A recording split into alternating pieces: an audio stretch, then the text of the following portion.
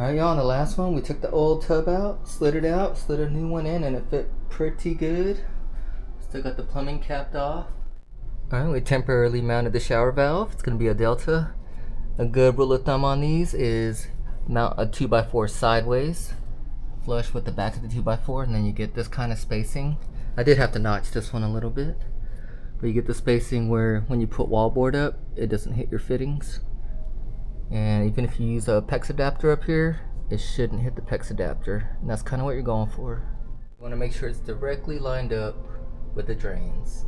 And I was thinking about just doing all the plumbing first, but if you actually have the stub out right here, it's going to get in the way of reaching behind here and tightening the drain and the overflow. So we're going to work on that first. And this is a universal tub drain. I'm just going to go ahead and screw it on real quick and just test fit before I use any plumber's putty or tighten any fittings. Alright, got the seal, the tightener, and the bottom seal. Let's see if I can reach around here.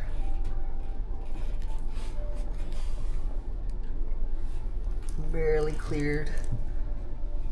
Alright, got a couple threads in. There's going to be 2 pieces. I just estimated what I thought was going to be right. Just have it sort of ready. Maybe like 1 thread, 2 threads. And I'm going to try to match this up with the spout coming from the drain. Alright, that's how you want it to look. Flat down on the drain and poking out right here. Alright, all this is hand tight. Go check the bottom. Looks like everything's lining up good with the original drain, but when I took the Sawzall out and cut this, I was about 1/2 inch too short. So now I'm going to have to add a coupler on top of the trap. And this is the bottom of the tub fitting. This actually glues to the 1.5. So you want to make sure I'm at least somewhere in the middle of this pipe. So it looks like about right here would be a good cut. Alright, untwist this. Double check. Glue this on. You're probably going to get some drips here.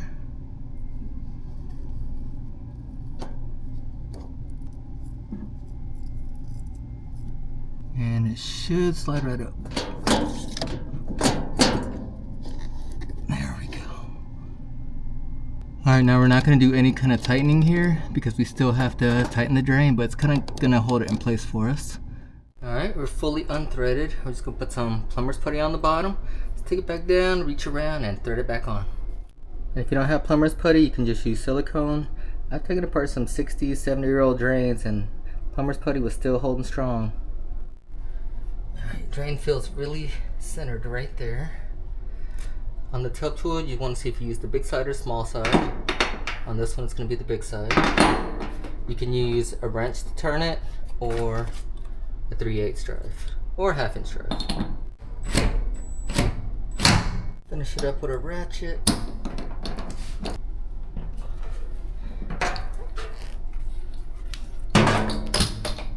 You see with the drain tight, the overflow moved up about another 1/2 inch. So we're going to go down there, loosen the fitting, drop it back down. Forgot I could just reach around the back to adjust the height. And putting a rag here is a good idea.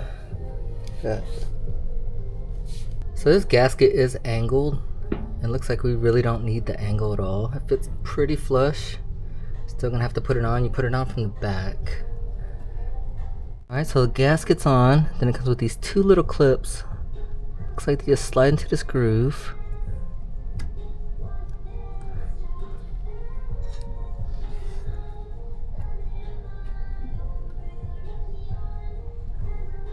Alright, that looks good too. Make sure that this is down, the overflow part. Look how much plumber's putty came out the bottom. We're just going to tighten this. Drain to the T, then T to the main drain. Alright, we're going to be recycling the shower head drop ear with copper.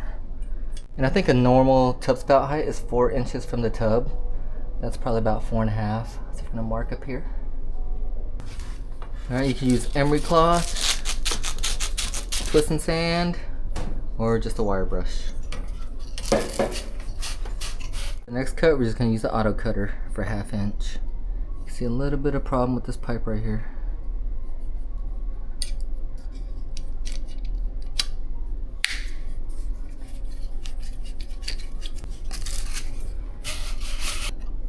10 snips.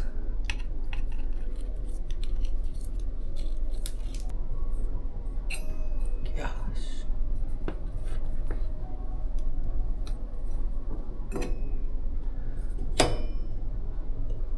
That looks pretty good. Alright, brand new copper elbow.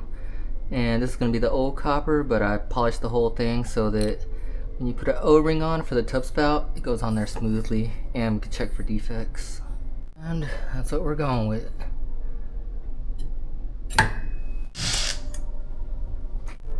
Really like Cotaflex in here. And on the valve there is an up and down, so make sure you're soldering on the bottom one.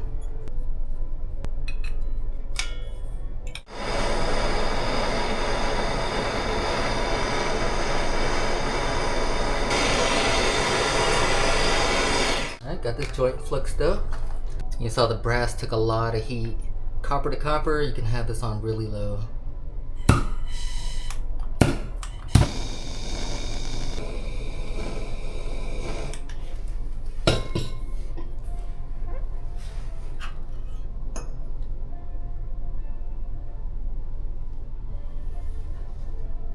And I'm going to go ahead and put a cap on it so I can pressure test this joint and that joint before we detile.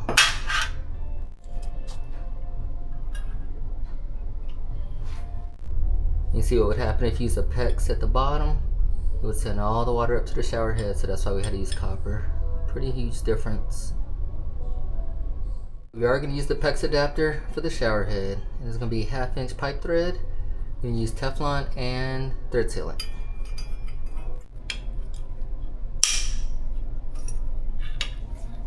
Remember earlier, the cold line was right in that notch, so we're going to have to crimp this on now. We're going to use the PEX connectors or crimps that already have the spacer. All you do is slide it onto the PEX. Slide it onto the fitting.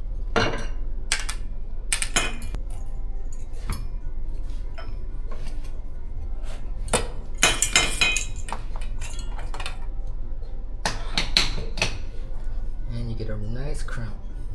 If you don't feel confident with your crimp, you could use the go, no-go gauge. It's always good to squeeze and twist at the same time.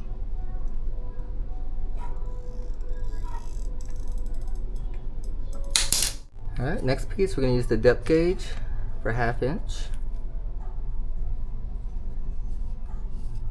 Alright, remember this is PVC down here, so I want to brace it really good.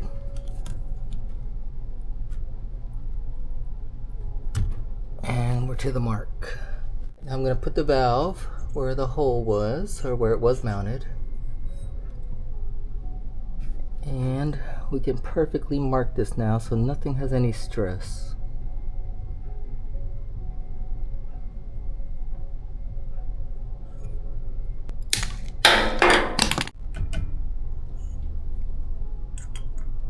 And this is an epoxy coated screw.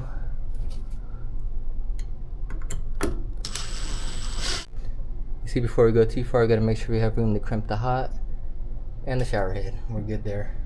Tub spout's pretty lined up.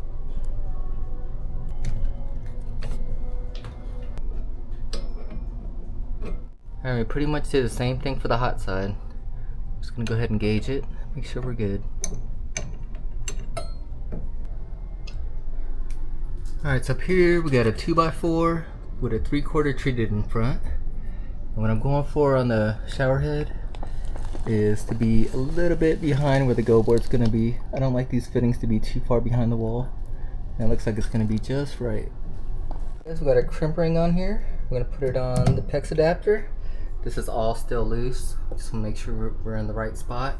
And it's very hard to crimp over your head, so we just wanna make sure we're in the right spot. Crimp this fitting first. With the top fitting crimped on, you see it could still twist. So if you just go ahead and crimp the bottom right here, sometimes you'll end up with a twisted shower head. So we're gonna go ahead and screw it in first and then do the last crimp. Last crimp. Make sure we're pushed all the way down. We are.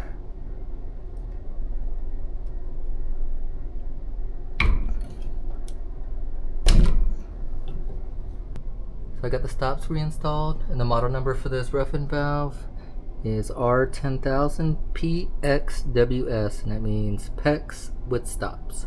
And up top we have a plug in here, but it's not screwed in all the way. Alright, so we're going to start by turning the pressures on. We'll start with the cold.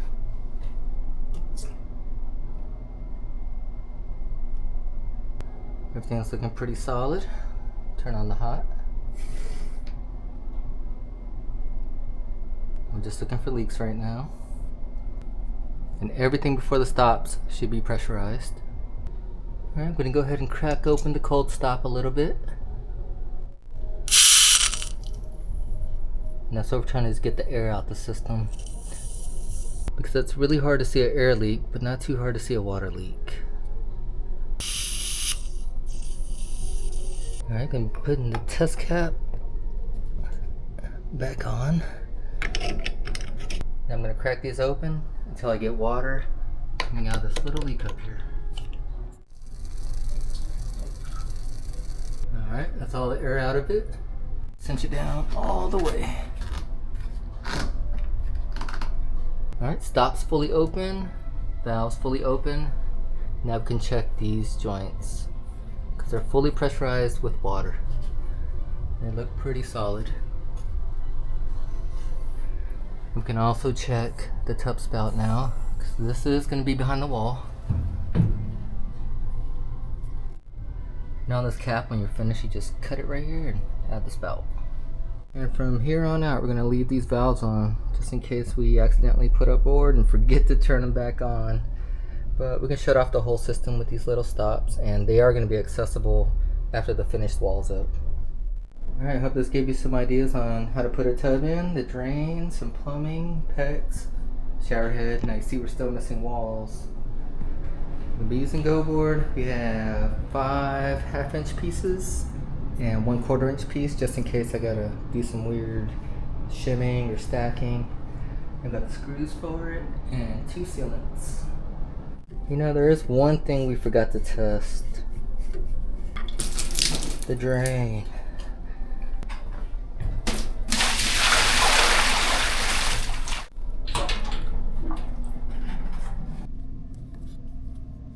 We are nice and dry in here. Thanks for watching this one, and hopefully I can catch you on the next one.